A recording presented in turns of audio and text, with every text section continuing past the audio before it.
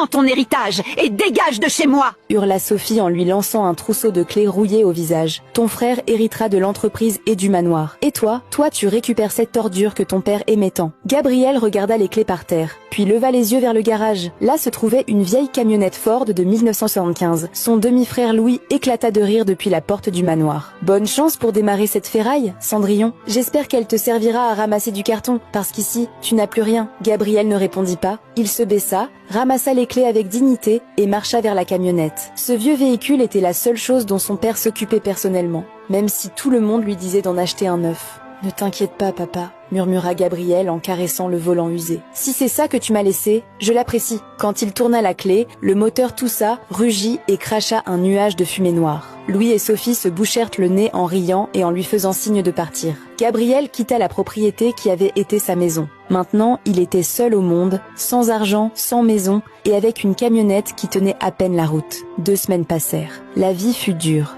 Gabriel dormait à l'arrière de la camionnette, garée près de chantiers de construction, cherchant du travail comme journalier. La camionnette tombait sans cesse en panne et consommait plus d'essence que Gabriel ne pouvait en payer. Une nuit, sous une pluie torrentielle, la camionnette s'arrêta au milieu de nulle part. Gabriel frappa le volant désespéré. « Pourquoi, papa ?» cria-t-il en pleurant. « Pourquoi m'as-tu laissé ça ? Tout le monde se moque de moi. Je n'ai rien. » Fou de rage, Gabriel frappa violemment la vieille boîte à gants, coincée depuis des années. Le coup fut si fort que le couvercle se cassa et tomba au sol. Mais elle n'était pas vide. Gabriel resta figé. À l'intérieur se trouvait un vieux livre en cuir et une petite clé dorée avec une adresse gravée dessus. Les mains tremblantes, Gabriel ouvrit le livre. Sur la première page, de l'écriture de son père, il était écrit « Mon fils, si tu lis ceci, c'est que la sorcière qui me sert d'épouse t'a chassé de la maison et t'a donné cette camionnette en pensant qu'elle ne valait rien. Elle a gardé les comptes bancaires que tout le monde connaît. Mais toi, tu as la clé de mon véritable travail. » Gabriel regarda la clé dorée.